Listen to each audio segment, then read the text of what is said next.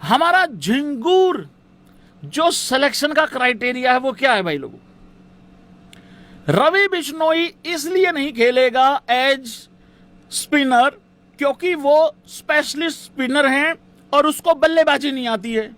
आप 11 में से कम 10 प्लेयर ऐसे पाएंगे प्लेइंग 11 में, या 9 प्लेयर ऐसे पाएंगे, 9-10 हमेशा पाएंगे 11 में से, जिनको थोड़ी सी तो बल्लेबाजी आती हो और थोड़ी सी बॉलिंग आती हो। खास करके जब हम बॉलर्स पे आते हैं, ऑलराउंडर का तो चलो काम ही ये होता है, तो स्पेशलिस्ट के नाम पे हमारे पास यहां कुछ नहीं मिलता है। अब जैसे कल पूछा था किसी ने, भैया रवि बिश्नोई क्यों नहीं? मैंने कहा रवि बिश्नोई को बल्लेबाजी नहीं आती। किसकी तरह? सूर्यांश की तरह, अक्षर की तरह, हार्दिक की तरह, तो इस करके वो बाहर रहेगा।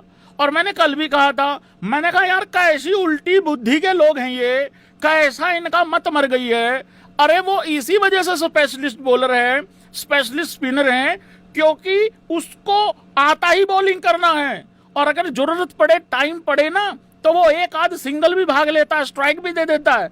अब एक मेरे को ये बात बताओ, वरुण चक्रवर्ती क्यों खेलता है अगर वो फिट है तो?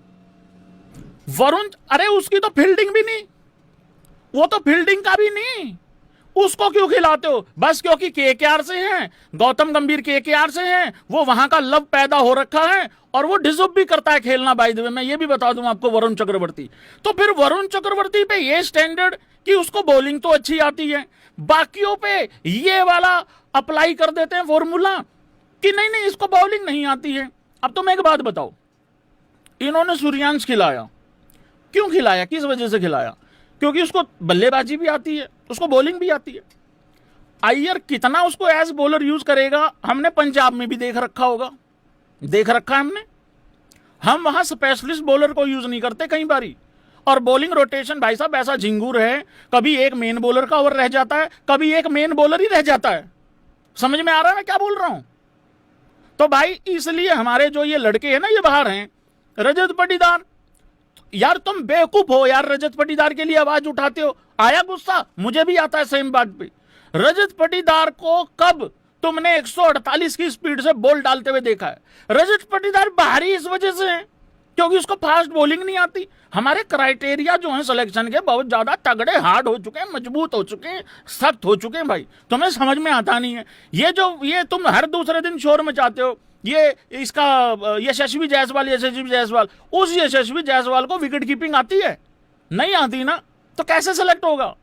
जो हमारे अभिषेक के अलावा 2 बंदे हैं 2-3 नंबर पे, या दूसरे जो ओपनर के दावेदार हैं, एक संजू है, एक ईशान किशन है, हालांकि दोनों ही खेल रहे हैं टीम में, वो क्यों खेल रहे हैं? विकेट कीपिंग आती है उनको। एक भाई कह रहा ऋतुराज गायकवाड़, अबे उसको तो बल्लेबाजी भी बड़ी अच्छी आती है, पर तुम एज बैट्समैन सेलेक्ट कहां करते हो? हमारा तो ऐसा काम खराब हो चुका है, ऐसी झिंगूर सिलेक्शन हमारी सोच हो चुकी है। हम तो नंबर 3 में टेस्ट में भी उसको खिलाते हैं जिसको थोड़ी सी बॉलिंग आती हो। मैंने कल भी कहा था, पुजारा और राहुल द्रविड़ की आत्मा दुख से रो रही होगी इस टाइम पे। आत्मा क्या, खुद भी रो रहे होंगे दोनों के दोनों।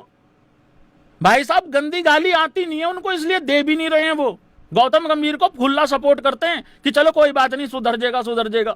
और गौतम गंभीर का भी आज प्रमाण पत्र आया है, वो वाला नहीं आया है, नए वाला आया है, उस पर भी बात करेंगे कि उस्ताद जी जब एक बारी गलत रास्ते पे, देखो आदमी गलत रास्ते पे चला जाता होता, कोई बात नहीं, ये उस्ताद जी एक बारी जहां निकल गए फिर ये बहुत ही आगे निकल जाते हैं। फिर जितने भी गलत लोग हैं वो भी नहीं रोकते इनको, वो भी कहते हैं चलो हम ही सही रास्ते पे चले जाते हैं। और किसका सिलेक्शन नहीं हुआ यहाँ पे? कुरनाल पांड्या। भाई कुरनाल पांड्या कैसे सिलेक्ट हो जाएगा? कैसे सिलेक्ट हो जाएगा? दांत निकालोगे तुम, कारण बता दूं। ये कुरनाल पांड्या विराट कोहली के साथ क्यों घूमता है इतना? नहीं, जब भी कोई आरसीबी में विकेट लेता है तो ये विराट कोहली को क्यों गले लगाता है? मी एज गोती, मेरा पिछवाड़ा जल जाता है इस चीज से। मैं आपको मजाक की बात नहीं बताऊंगा, ये सच्ची बात बता रहा हूं। ऐसी भी खबरें आ रही हैं कि कुछ लोग इस वजह से बाहर हैं क्योंकि वो रोहित की और विराट की तारीफ कर देते हैं और गौतम गंभीर को अच्छी नहीं लगती। हालांकि मैं गोती के लिए अपने विचार अलग से रखूंगा। मेरे गोती को सब गलत बताते हैं, मेरा गोती हर जगह पे गलत नहीं है, जहां पे होगा वहां पे बोला जाएगा। और कौन रह गया? भूवी। फिर वही बात होगी, भूवी को बोले या तो केकेआर ज्वाइन करे या फिर आरसीबी में विराट को गले लगाना बंद करे। वैभव सूर्यवंशी, ये साइन की हुई टोपी क्यों पहनता है विराट कोहली की? जब इसको गोती टोपी देने को तैयार हैं तो ये वो वाली टॉपिक क्यों नहीं दूर कर रहा? प्रोफाइल पिक्चर भी वो लगा के घूमता है, और जाके मैंने तो सुना इसने गौतम गंभीर को भी जाके टोपी दिखाई, कह रहे देखो भैया विराट कोहली ने साइन करके दिया है। वो कह रहा है यार साइन तो मैं भी कर सकता हूं, 2011 वर्ल्ड कप मैं भी जीता हूं। वो कह रहे नहीं नहीं विराट भैया ने दिया है, गोट आदमी है। घट घट के मतलब ऐसा कर देते हो तुम मेरे गौती के लिए। बहुत अच्छी सिलेक्शन हो रखी है, फालतू बात करते हो यार भाई यार तुम लोग यार। हर्षित राणा भी इस टीम में इसलिए खेल रहा है ताकि वो बल्लेबाजी कर सकता है। अगर आप प्रिंस यादव की बात करो, प्रेशर में छक्का मार के गया वो लड़का, इतना भारी प्रेशर था क्योंकि उसको पता था 3 विकेटें ले लूंगा, मेरा सिलेक्शन क्राइटेरिया मेरा कंप्लीट नहीं हो पाएगा, मुझे छक्का मारना पड़ेगा।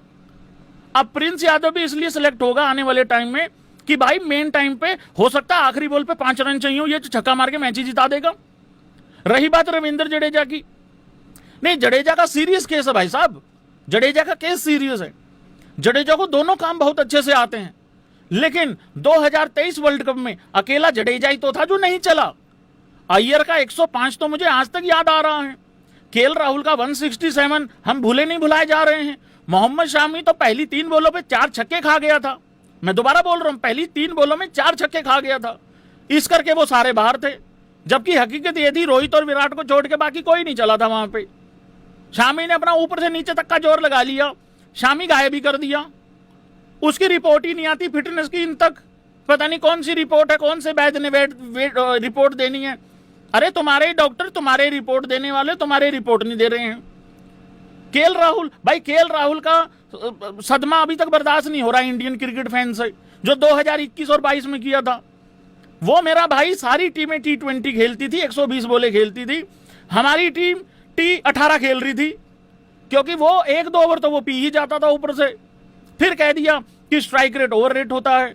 अब स्ट्राइक रेट धोनियों ने अच्छा करना चालू किया, जब अच्छा स्ट्राइक रेट चालू किया करना, अब टीम में जगह नहीं है, तो ये चल रहा है भाई लोगों। और कौन रह गया? सिराज। सिराज को बहुत ज्यादा जरूरत है रेस्ट की, हाँ बहुत ज्यादा रेस्ट की जरूरत है। वो खांसी करता है, रेसा बनता है उसकी उसमें, हाँ इसलिए रेस्ट दे रहे हैं उसको। टेस्ट में बढ़िया रहेगा, टेस्ट में भगाओ, व्हाइट जर्सी पहना के 5-5 दिन भगाओ उसको, और फिर बल्लेबाजी करने आए तो इंग्लैंड के अंदर एक टेस्ट मैच में उसी को ब्लेम डाल दो कि इसने विकेट क्यों नहीं रोकी अपनी, इसने बॉल क्यों नहीं रोकी, इसका बॉल पीछे क्यों जा रहा था, और बॉल जा रहा था ये देखा क्यों नहीं, उसी पे डाल दो सारा कुछ। रविंद्र जडेजा आखिरी तक खड़ा रहे वहां पे टेस्ट मैच बचाने के लिए, उसको ब्लेम कर दो कि तू बेन स्ट्रोक क्यों नहीं बना, हाँ उसको बेन स्ट्रोक बना दो, और जो दूसरे बेन का स्ट्रोक का काम करके गए हैं उसको कोई कुछ ना बोलो। भाई सीधी सिंपल बात ये है, बात इतनी सी हो रही है, जो मुझे पसंद है वो चाहे गोबर मारता रहे, उसमें भी कलाकंद दिखता है लोगों को।